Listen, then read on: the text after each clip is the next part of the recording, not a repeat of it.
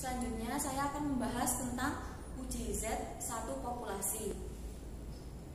Uji Z rata-rata satu populasi adalah uji statistik yang digunakan untuk mengetahui apakah suatu populasi memiliki rata-rata yang sama dengan, lebih kecil atau lebih besar dari suatu nilai rata-rata tertentu sesuai dengan hipotesis yang telah ditetapkan. Misalnya, populasi semester 5 di PGSD UNS.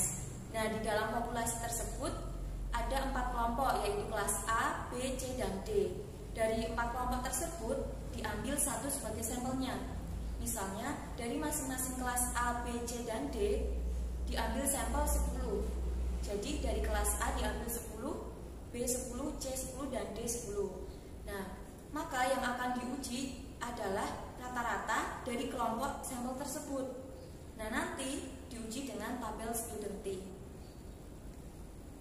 Maka dari itu, kita akan tahu rata-rata dari sampel terhadap populasi. Bisa jadi sama dengan, lebih kecil, ataupun lebih besar. Jadi, syarat yang harus dipenuhi untuk melakukan pengujian, yang pertama, yaitu sampel yang digunakan dalam pengujian adalah sampel acak, seperti yang tadi, yaitu mengambil 10 sampel dari kelas A, B, C, dan D secara random atau acak. Yang kedua, varian populasi atau sigma kuadrat itu harus diketahui. Nah, jika varian populasi atau sigma kuadrat diketahui, maka simpangan baku pun juga bisa diketahui, karena jika sigma kuadrat diketahui, maka untuk mencari sigma tinggal mengakarkan sigma kuadrat. Yang ketiga, sampel berasal dari populasi yang berdistribusi normal atau ukuran sampel cukup besar, biasanya lebih dari 30. Selanjutnya ada langkah-langkah untuk menguji. Yang pertama yaitu hipotesis. Hipotesis terdiri dari 2 bentuk, yaitu hipotesis uji 2 arah dan hipotesis uji 1 arah.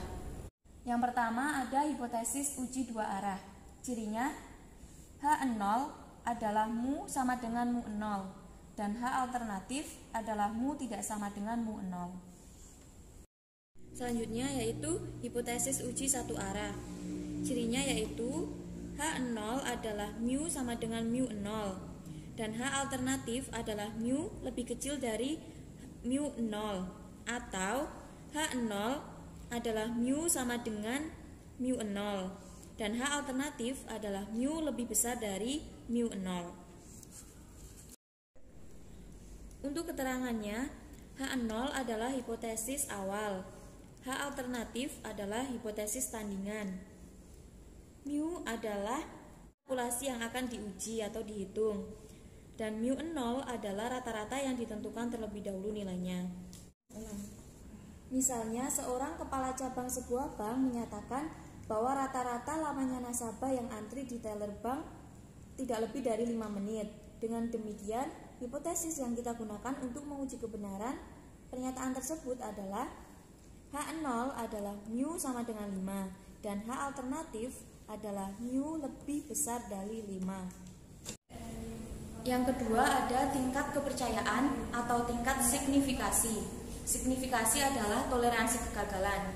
Tingkat kepercayaan yang sering digunakan dalam pengujian statistik adalah 95%, atau bisa ditulis 1 dikurangi alfa sama dengan 0,95. Jadi, jika disebutkan bahwa tingkat kepercayaannya adalah 95%, maka signifikasinya adalah 0,05 atau 5%. Jadi kesimpulannya, tingkat signifikasi jika ditambah dengan probabilitas, ketemunya adalah 1. Yang ketiga adalah statistik uji. Statistik uji yang digunakan dalam uji rata-rata adalah Student-T. Rumusnya T sama dengan X bar dikurangi mu 0 per simpangan baku per akar N. T adalah nilai T hitung, X bar rata-rata sampel, sigma adalah standar deviasi populasi, dan N adalah banyaknya sampel.